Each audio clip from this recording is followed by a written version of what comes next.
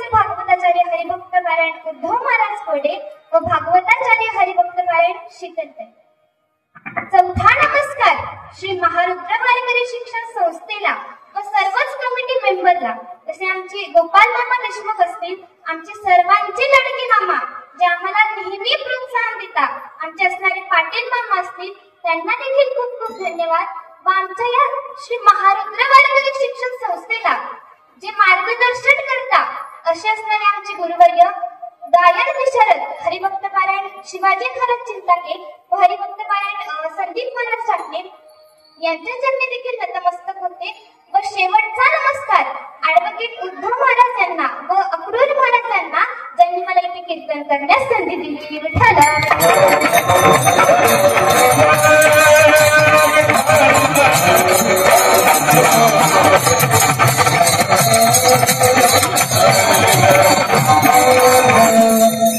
कीर्तनाला सुरुवात करण्यापूर्वी अल्पासा परिहार देणं हे भक्ताचं आद्य कर्तव्य आहे आणि म्हणूनच भगवंताच्या कृपा आशीर्वादाने साधू संतांच्या कृपा आशीर्वादाने तसेच असणारे आपले जे बाबूराव गुरुजी बहार आपल्या श्री रामनगरामध्ये ज्यांनी वारकरी संप्रदायाचा पाया रचला. खरं तर वारकरी संप्रदायाचा पाया माऊली सखात ज्ञानोबरायांनी रचला, परंतु आपल्या श्री रामनगरामध्ये ज्यांनी वारकरी संप्रदायाचा पाया रचला असे असणारे आपले बाबूराव गुरुजी बहार त्यांच्या चरणी देखील नतमस्तक होते.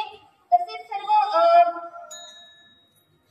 श्रीमती लीलाबाई बाबूराव भाग असतील त्यांच्या चरणी देखील नतमस्तक होते.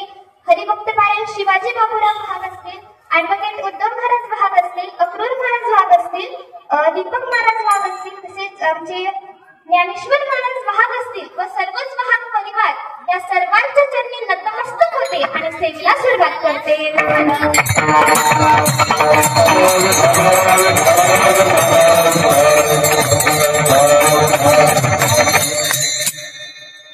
देवाची बळी भाक्षण भरी तेने मुक्तीचारी साधिल्या.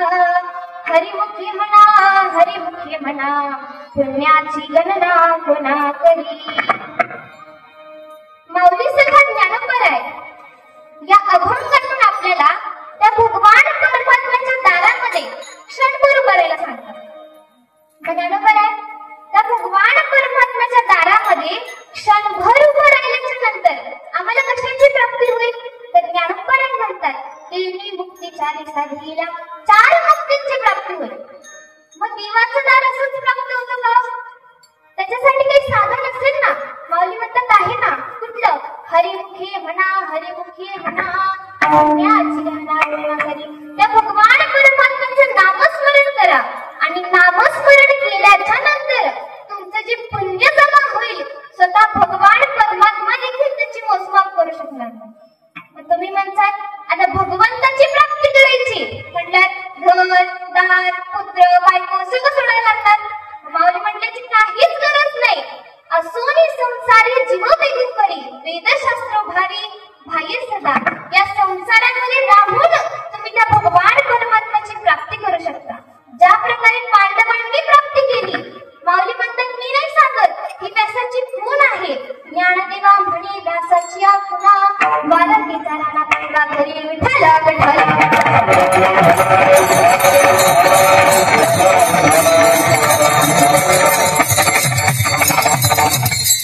देवाची द्वारी भाक्षण भरी तेने मुक्तीचारी साधी.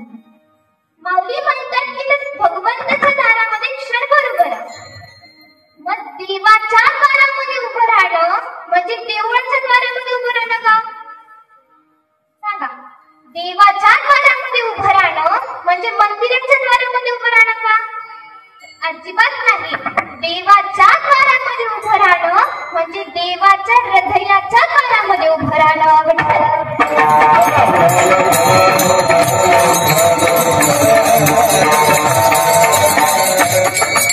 असंच देवाच्या हृदयाच्या दारामध्ये उभं राहायला आपल्याला सांगताय. कोण सांगतात? माऊली सखा ज्ञानोबराय सांगतात. ज्ञानोबराय कोण होते? ज्यांनी या वारकरी संप्रदायाचा पाया रचला. ज्ञानदेव रचिले पाया ज्ञानदेव रचला पाया उभारले देवालया. ज्यांनी या वारकरी संप्रदायाचा पाया रचला अशा असणारी माऊली सखा ज्ञानोबराय आपल्याला काय सांगताय? त्या भगवान परमात्म्याच्या द्वारामध्ये क्षणभर उभं राहा. क्षणभर म्हणजे किती?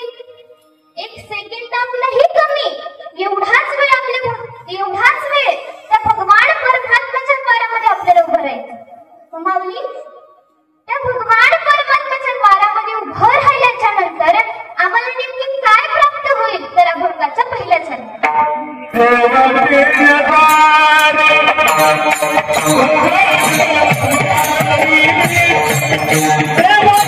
देवाचे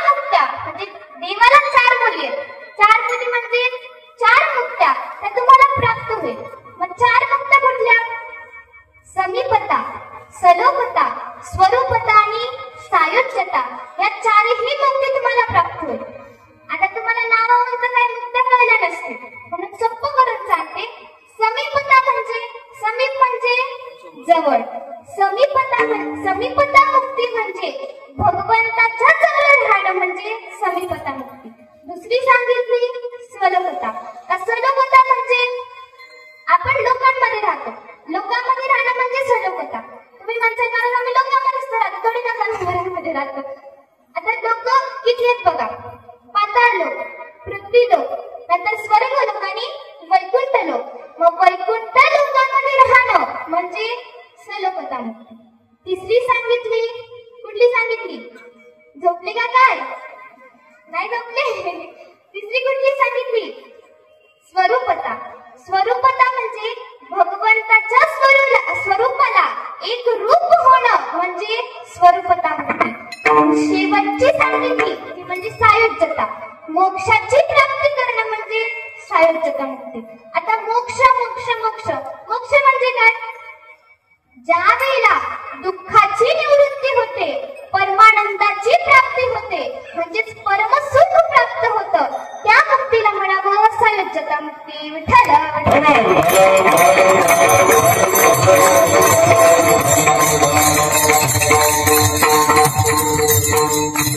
परंतु चार मुक्त्या कुठे प्राप्त होतील? भगवंताच्या दारामध्ये गेल्याच्या नंतर. मग भगवंताचं दार केव्हा प्राप्त होईल? ज्या वेळेला आपण ज्यांच्या दारामध्ये उभा आहोत त्यांचे दार सोडले तेव्हा भगवान परमात्माचे दार प्राप्त होईल. मग तुम्ही म्हणसाल महाराज मी पण येते, तुम्ही पण येते, आपण कोणाच्या दारात उभे? आपण काम क्रोधाच्या दारामध्ये उभे आहोत. आपण अहंकाराच्या द्वारामध्ये उभे आहोत. आपण मीपणाच्या दारामध्ये उभे आहोत. आणि ज्या वेळेला या सर्वांचे दार आपण सोडून देऊ त्यावेळेला भगवान परमात्म्याचं दार आपल्याला प्राप्त होईल. मग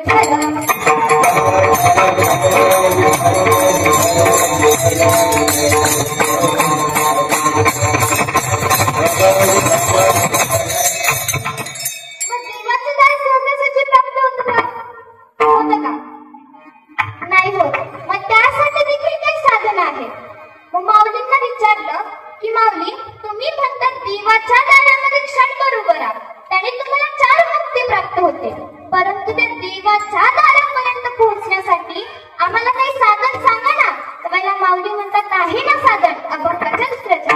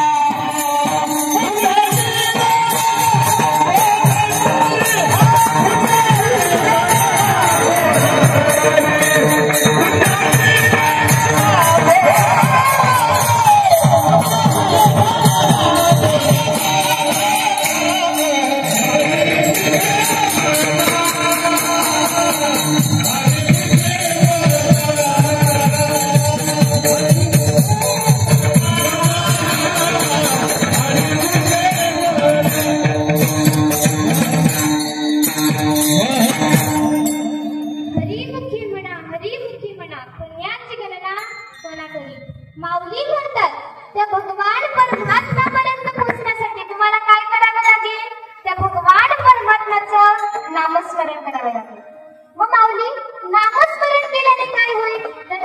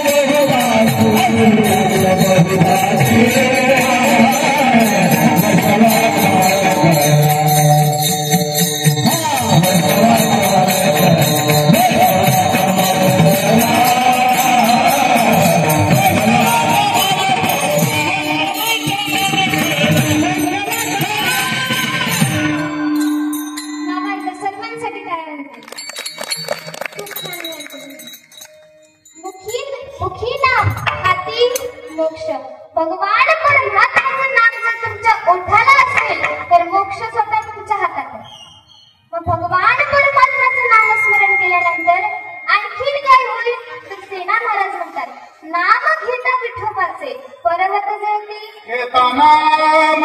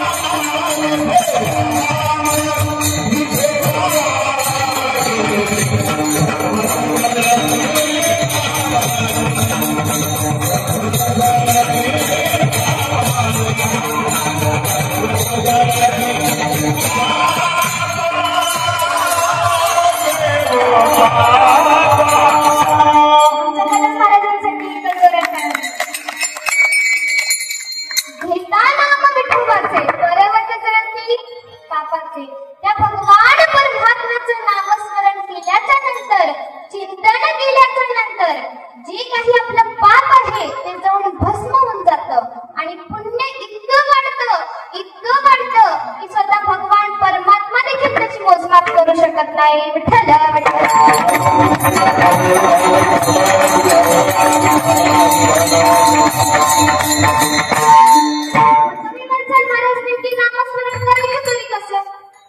आमच्या जनाबाईंनी नामस्मरण केलं होतं. त्या गौऱ्या थापत नामस्मरण करायच्या, तर महाराज स्वतः गौऱ्यांमधनं विठ्ठल विठ्ठल नामस्मरण करायचं. एक वेळचा प्रसंग असतो, कबीर महाराज आणि स्वतः माऊली स्वतः ज्ञानोबा आहे जनाबाईंना भेटायला गेले. त्या घरी दंडन नव्हत्या. मग घरी विचारलं की जनाबाई कुठे? म्हटले जना भांडण करते. कबीर महाराज म्हणतात अशी कशी ही जना भगवान परमात्म्याचं नामस्मरण करते आणि गावात जाऊन भांडण करते? मग कोणीतरी सांगितलं त्या गावाच्या त्या एरियामध्ये ते आहेत. मग आता कबीर काका गेले आणि गेल्यानंतर पाहतात तर काय, जनाबाईंचे आणि एका स्त्रीचे गौऱ्यावर भांडण होत होते. आता मग कबीर काकांनी जनाबाईला विचारलं, का ग जना, का बरं भांडतेस? त्यावेळेला जनाबाई म्हणतात, अहो कबीर काका, या गौऱ्या माझ्या आहेत आणि ही बाई म्हणते की या गौऱ्या तीच आहेत. कबीर काका म्हणतात, जना मला सांग, तू कशाहून सांगू शकतेस की या गौऱ्या तुझ्या आहेत? त्यावेळेला जनाबाई म्हणते, कबीर काका खूप सोपं आहे, तुम्ही गौरी घ्या, कानाला लावा आणि त्यामधनं जर विठ्ठल विठ्ठल नामस्मरण निघलं तर ती गौरी माझी. आता कबीर काकांनी गौरी उचलली, आपल्या कानाला लावली, त्यातनं विठ्ठल विठ्ठल नामस्मरण नाही आलं. मग दुसरी उचलली, कानाला लावली, त्यातूनही नाही आलं. मग तिसरी उचलली आणि जशी कानाला लावली त्यातनं विठ्ठल विठ्ठल नामस्मरण निघायला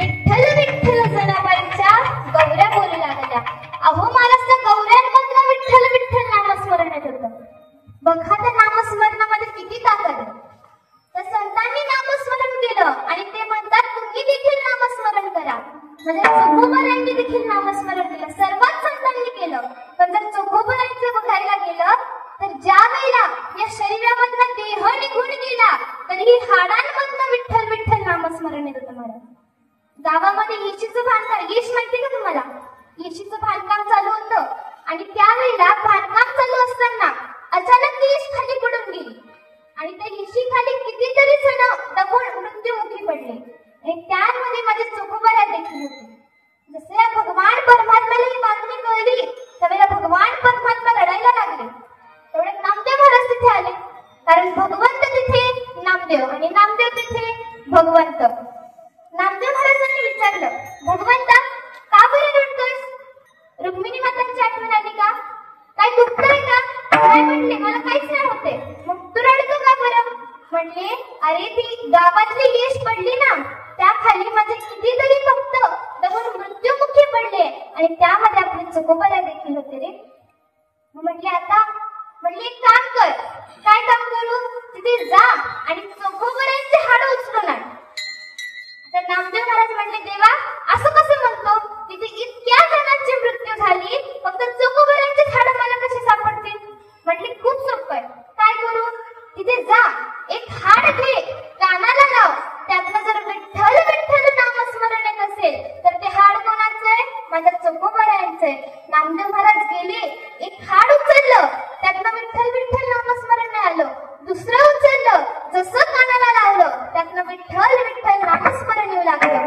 लगेच ओळखलं हे कोणाचं आहे, चकोबरायचं आहे. बरंच बघा इतकं त्या नामस्मरणामध्ये ताकद आहे. मग जर संतांनी केल्याच्या नंतर संतांनी नामस्मरण केलं आणि त्यांच्यामुळे निर्जीव वस्तू देखील नामस्मरण करायला लागले, मग आपण केलं तर काय झालं? विठ्ठल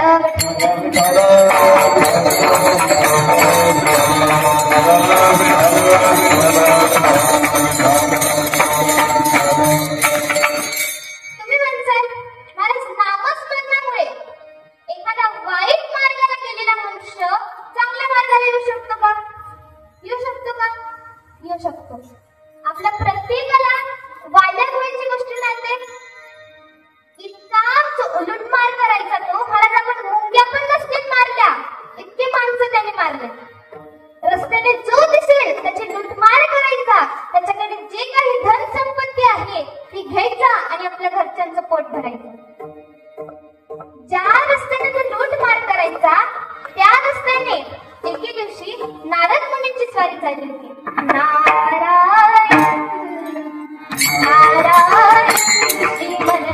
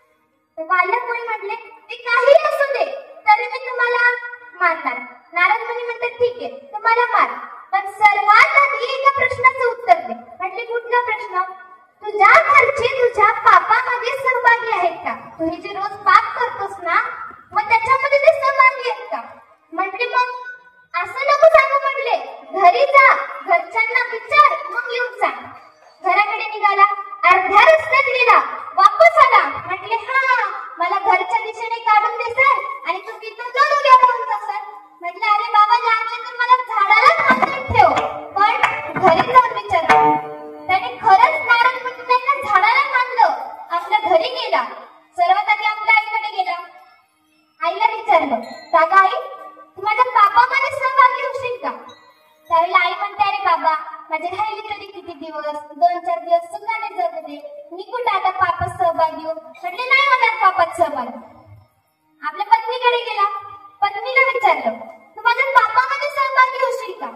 म्हटली, जरी मी तुमच्या अर्धांगिनी असले तरी मी तुमच्या पापात सहभागी होणार नाही. पत्नीने नकार दिला. आपल्या मुलाकडे गेला. मुलाला विचारलं, का रे बाळा, तू माझ्या पापात सहभागी होशील का? म्हटले, अहो बाबा, तुम्ही थोडा दिवस राहसाल, चालला जासाल, आपल्या पुढच्या पिढीला तर मला सांभाळायचं आहे ना. आतापासूनच कुठे पापाचं ओझं डोक्यावर घेऊन फिरू? नाही म्हणली, मी नाही होणार पापात सहभागी. त्याला आपली चुकी कळली. त्या वाल्या मुलीला पश्चाताप झाला. तर नारद मुनींना शरण गेला. नारद मुनींना म्हटलं, नारद मुनी, मला माझी चूक कळाली, आता मी काय करू? म्हटले, एकच कर. काय? तर भगवान परमात्म्याचं नामस्मरण कर. काय नामस्मरण करू? मला तर भगवंतच माहिती नाही, नामस्मरण कुठून माहित असणार? म्हटले, तू फक्त राम राम नावाचा जप कर. त्याने राम राम नावाचा जप केला आणि मला वाल्या मुलीचा वाल्मिकी झाला.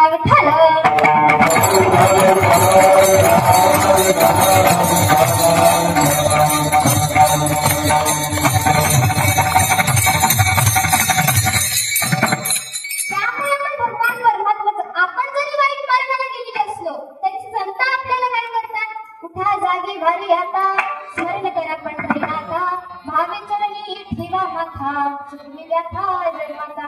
ते म्हणतात, तरी बाबा उठा, जागे व्हा, तर भगवान परमात्म्याचं नामस्मरण करा आणि जन्म मरणाचं फेरा आहे का काय करा, चुकून टाका. म्हणून तर भगवान परमात्म्याचं नामस्मरण केलं पाहिजे. माऊली काय म्हणतात, हरिमुखी म्हणा, पुण्याची गणना कोणा करी. त्या भगवान परमात्म्याचं नामस्मरण केल्याच्या नंतर तुमचं जे पुण्य जमा होईल त्याची मोजमाप कोणीच करू शकणार नाही. माऊली, तुम्ही म्हणतात त्या भगवंताची प्राप्ती करा, चिंतन करा, मग त्यासाठी आम्हाला घर दारी ती सारी जी प्रॉपर्टी कमवून ठेवली ती सोडून द्यावं लागल, जी बायको केली ती सोडून द्यावं लागल, मुलं बाळ झाले ती सोडून द्यावं लागल. माऊली म्हणतात, अरे बेड्या, त्याची काहीच गरज नाही. तू संसारामध्ये राहून त्या भगवान परमात्म्याची प्राप्ती करू शकतो. अभंगाच्या तिसऱ्या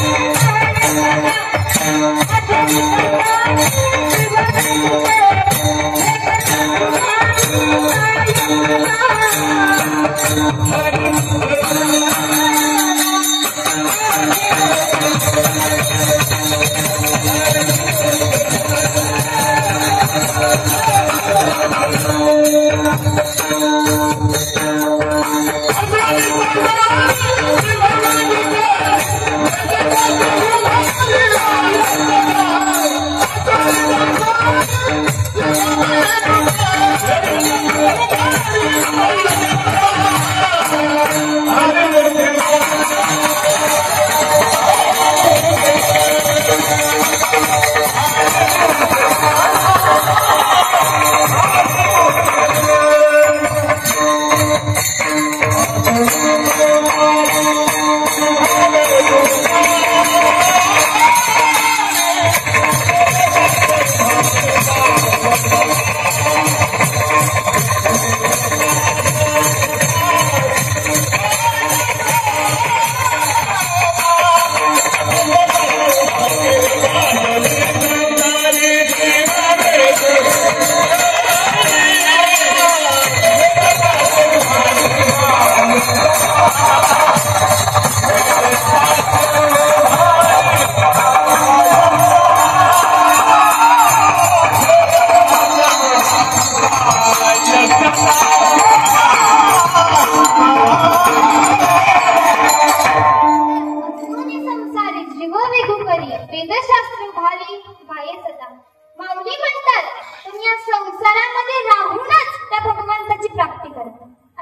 फेडा. बघा तुम्हाला एक दृष्टांत सांगते.